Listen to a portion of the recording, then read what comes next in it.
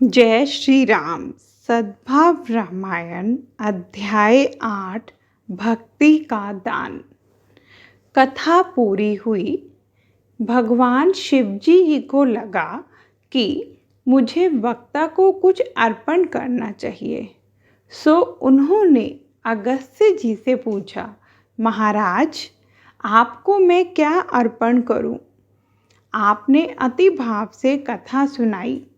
आपको उपयोगी हो ऐसा कुछ देने से मुझे आनंद होगा।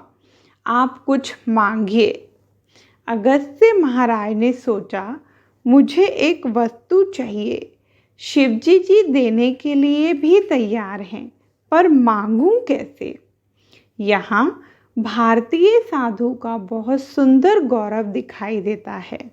भले मेरे सामने शिव हों, पर मैं कैसे मांगूं? इस देश की परंपरा में मांगना था ही नहीं। तुलसीदास जी कहते हैं कि यह सब कुछ तो कलयुग में हुआ। मांगने की अपेक्षा हमने आप मिले उसी में गौरव है। अपने आप मिले इसकी अपेक्षा हम प्रयत्न करके प्राप्त करें उसमें विशेष आनंद है। और प्रयत्न करके प्राप्त करें वह भी किसी दूसरे को देकर फिर भोगें, उसमें ऋषि का आनंद है, साधु का आनंद है। अगस्त्य जी विचार में पड़ गए। शिवजी जी ने भले ही कहा, पर मैं मांगूं कैसे?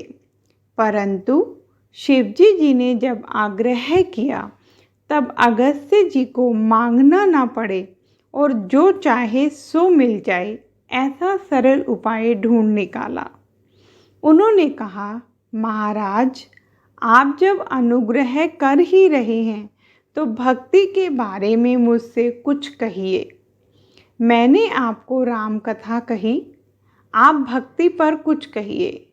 और शिवजी जी ने अगस्त्य जी को राम भक्ति का दान दिया।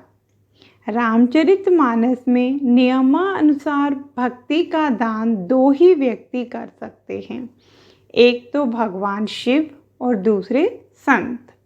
भगवान शंकर और संतों की कृपा हो तो ही भक्ति प्राप्त हो। भगवान राम की कथा सुनते और भक्ति की चर्चा करते करते शिवजी जी अगस्त्य जी के आश्रम में बहुत रुके।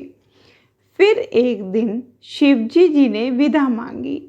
जब शिवजी जी अगस्त्य मुनि के पास आए तो तुलसीदास जी ने संग सती जग जननी भवानी, साथ में जगत जननी भवानी है, ऐसा लिख सती का बड़ा सम्मान किया था। परंतु सती ने अगस्त्य जी की सरलता का गलत अर्थ किया और घमंडवश कथा ध्यान से सुनी नहीं। इसलिए जाते समय तुलसीदास जी ने संग दक्ष कुमारी, साथ में दक्ष की पुत्री है, ऐसा लिखा। जगत जननी भवानी न लिखा। जय श्री राम।